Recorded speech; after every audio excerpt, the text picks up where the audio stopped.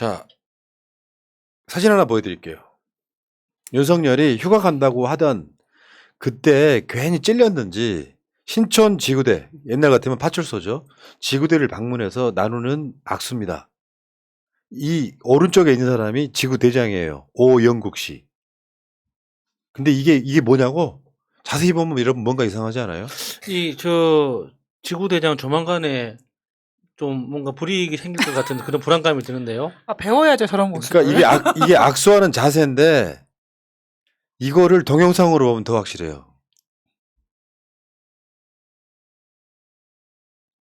절대 굽히지 않습니다. 그러니까 대통령 앞에서 공손하지 못한 저 모습.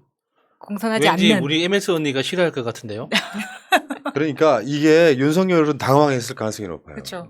대통령이 소위 파출소를 방문을 했는데 고개 한 번 안 숙이고 악수 나누는 저 멋짐. 진짜.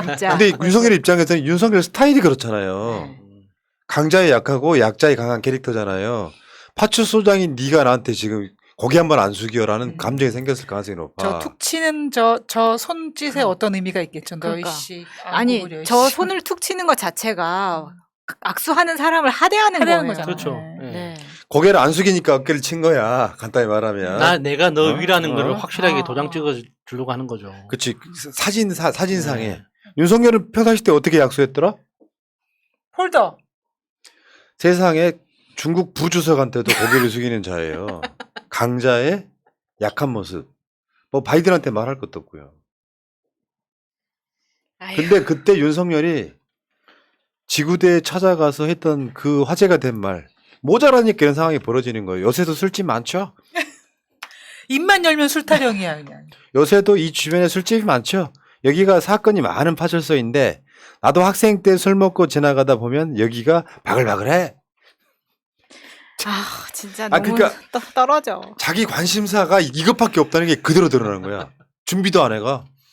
아니 요새도 술집 많죠가 질문이 돼야 되는 게 아니라 요새도 그런 뭐 술집에서 발생하는 민원이라던가 주치 사고가 많냐? 많냐 이런 식으로 물어봤어야지. 술집이 많은 거 뭐 술집이 많은 게 문제가 되는 건 아니잖아요. 그렇죠. 자연을 망가뜨리자는 거예요. 술집 다 없애 이런 거야? 술집 규제 앞으로. 사람이라는 게 그런 거라고. 제가요 몇 번 했던 이야기인데 다시 한번 들어봐요. 무슨 일이 있어서 오프라인에 모임이나 집회를 나갑니다. 나는 그래서 그걸 비판했던 사람이에요. 뭘 비판했느냐. 사람들을 만나면 외모 지적하는 거예요. 생각보다 나이 들어 보이시네요. 젊어 보이시네요. 잘생겼네요. 키가 작네요. 뚱뚱하네요. 날씬하네요. 사람을 만나는 훈련이 안 돼 있어서 그런 거예요. 상대방을 외모로 평가해. 심지어 민주시민들이 그래. 그런데 그분들을 또 욕할 수 없는 것이 훈련이 안 된 사람들이잖아요. 사람 만나는 훈련이. 그래서 만나는 게 기본적으로 눈에 보이는 거. 내가 생각해 왔던 것이 즉각 튀쳐나가는 거예요. 치안에 대해서 이런 생각을 갖고, 그러니까 지지율 때문이 아니라면 내가 일선 지구대에 가서 뭘 돌본다 이런 식으로 갔단 말이에요. 그러면 조금 더 깊고 생각한 이야기가 나와야 돼요. 요새 술집 많죠? 도대체 어떤 질문이에요 이게? 아무 생각 없이 그냥 들어갔다는 이야기죠. 그러니까 너는 어느 술집을 제일 좋아하니? 이런 거 아니었을까요? 아 너는 소주니 안주니 막걸리니 뭐 이런 걸. 아 그리고 저는 네. 약간 좀 다른 얘기인데 지금 인도네시아 대통령이 방한했잖아요. 그런데 인도네시아 대통령과 인사하는 윤석열의 모습이 나타나고 있지 않아요. 그래서 혹시 또 인도네시아 대통령한테 고개를 숙이고 인사를 해서 더 이상 그 사진을 공개하지 않는지 모르겠는데 그 사진한테 제가 계속 찾아보고 있는데 공개되지 않더라고요. 근데 대신에 인도네시아 대통령 그 사람하고 또 메모는 봤죠. 회담할 때 메모는 또 우여곡 봤지. 네. 보고 읽었어 그냥. 최근 그 세계 정치계에서는 조코 위도도 대통령이 우리나라 대통령보다 훨씬 더 높은 대접을 받고 있습니다. 그렇죠. 그러니까 우크라이나 전쟁 때 지금도 진행되고 있지만 그 부인은 우크라이나 가서 자원봉사하고 조코 위도도 대통령은 러시아 가서 푸틴 만나고 이렇게 이제 뭔가 좀 징검다리 역할을 하려고 애를 쓰니까 유럽 그 입장에서는 엄청 귀한 사람이 됐거든요. 그러니까 우리나라는 굉장히 지금 찬밥 대우를 받고 있죠. 아무튼 진짜 사람이라는 게 그런 것 같아요. 기본 갖고 있는 천성. 아무리 노력해도 안 되는 모자람. 이게 그냥 그대로 드러나는 거 있잖아. 여과 없이 드러나는 거. 그것밖에 안 되는 자가 기자들이랑 뭐 도어 스태핑이네 뭐네를 하겠다고 한 것 자체가 만용인 거죠. 준비가 안 된 자가 늘상 씨부리는 거지. 술이 덜 깬 상태에서. 어떻게 파출소에 와가지고 요즘도 술집 많죠. 부끄럽지 않은가? 그러니까 그 남이 동네는 술집도 많고 모텔도 많은데 굳이 저 사랑의 보금자리가 될 수 있는 것도 물어볼 수 있지 않았을까요? 아, 거기엔 관심이 없죠. 오로지 술이죠. 아니, 그러니까 어. 최대한 민생에 접근을 하려고 했다면 지금 코로나가 어느 정도 풀리고 나서 술집에 사람들이 많고 주치자가 많으냐 뭐 이런 식으로 물어볼 수 있는데 그냥 뜬금없이 맥락이 요새도 술집 많죠라니요. 준비된 게 없었다는 거죠. 그러니까 어. 특히 제가 궁금한 건 이제 폐지 줍는 어르신들이 어떻게 이렇게 증감이 어떻게 되는지. 그러니까 지금 그 지방 도시에서는 구걸하는 사람들이 생기고 있다고 하잖아요. 그게 이제 그런 현상들은 늦게 수도권으로 진입하기 때문에 그 전조 증상으로 폐지 줍는 어르신들이 그러니까 늘어나는지 줄어들면 그 폐지의 양은 어떻게 달라지고 그런 거 있는지를 관심 아예 없지. 경찰서 그 직원들이 제일 많이 보고 있으니까요. 그러니까 그걸. 누가 써주거나 이렇게 동쪽으로 가세요, 서쪽으로 가세요 이게 없으면은 그 캐나다 총리 앞에서 메모 보는 것처럼 인도네시아 누구를 만나든 그 누구를 만나든 메모 없이는 자기 머릿속에서 나오는 게 없다는 거예요. 이게 조금 더 의학적으로 설명을 해드리면 술을 많이 먹게 되면 뇌세포가 어마어마하게 죽어요. 알코올성 치매라고 네. 하죠. 내가 그런 이야기를 많이 드린 적 있잖아요. 월요일 날 첫 방송에 나오던 정치인 분이 말이 너무 늘어지는 거야.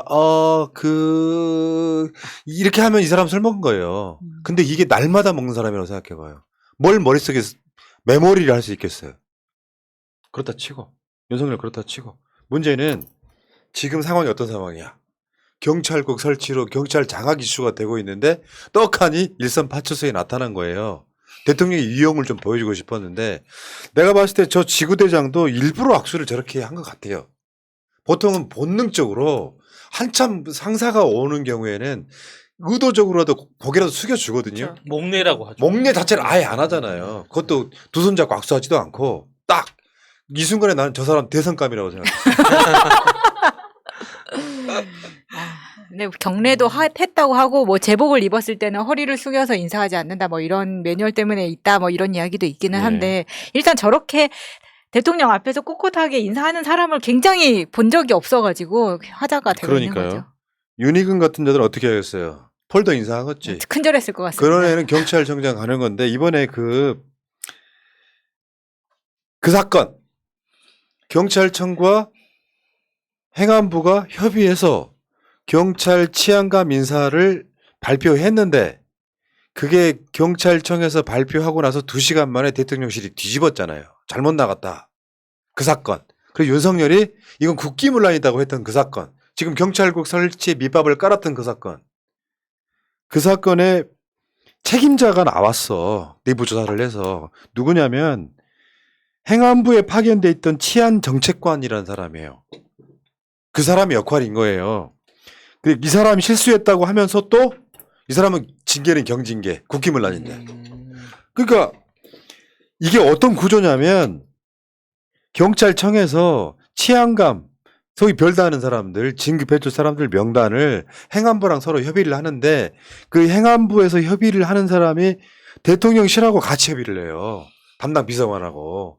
그렇게 해서 위에서 X라는 오다가 없으면 경찰청이 이게 됐구나 싶어가지고 발표를 하는 과정에서 굳이 누가 실수를 했는지 찾았더니 행안부에 파견돼 있던 치안정책관, 이 사람도 경찰이긴 해. 네.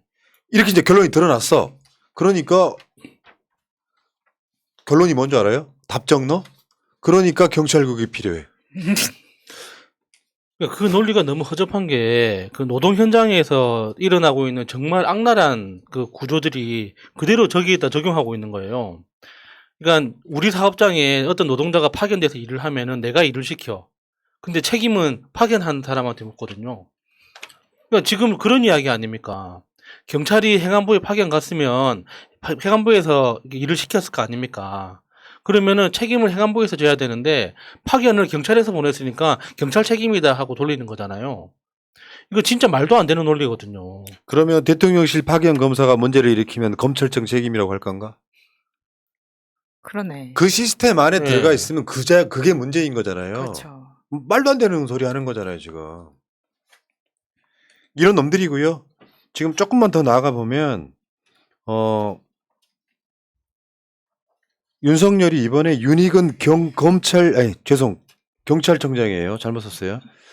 윤희근 경찰청장 천문 보고서를 5일까지 재송무하라고. 국회가 지금 열려서 대정부 질문하고 있잖아요.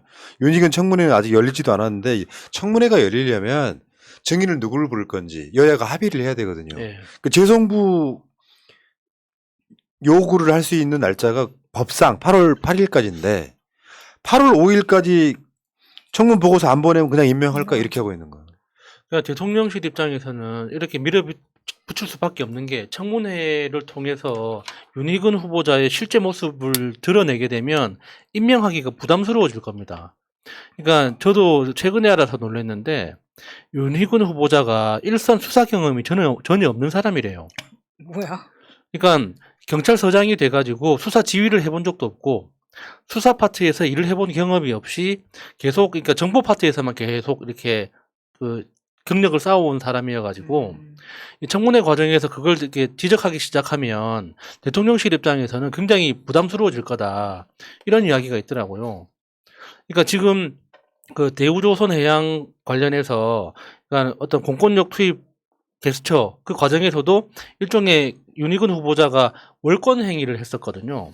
그러니까 그것만 하나 물고 늘어지더라도 굉장히 문제가 될 수 있는 건데 이 사람의 경력 자체가 과연 경찰을 지휘할 수 있는 어떤 안목과 경험이 있는 사람이냐를 따지기 시작하면은 자격이 안 된다는 거죠. 그러니까 아직 임명되지도 않았는데 리더십에 문제가 있다는 예, 예. 기사가 나오는 거기도 하고 이 사람 지금 청문회가 시작되면 이제 본격적으로 까이기는 하겠지만 스쿨존 과속 등 8차례 과태료가 있었는데 그중에서 3차례가 스쿨존 안에서만 있었다는 거예요. 맞아요.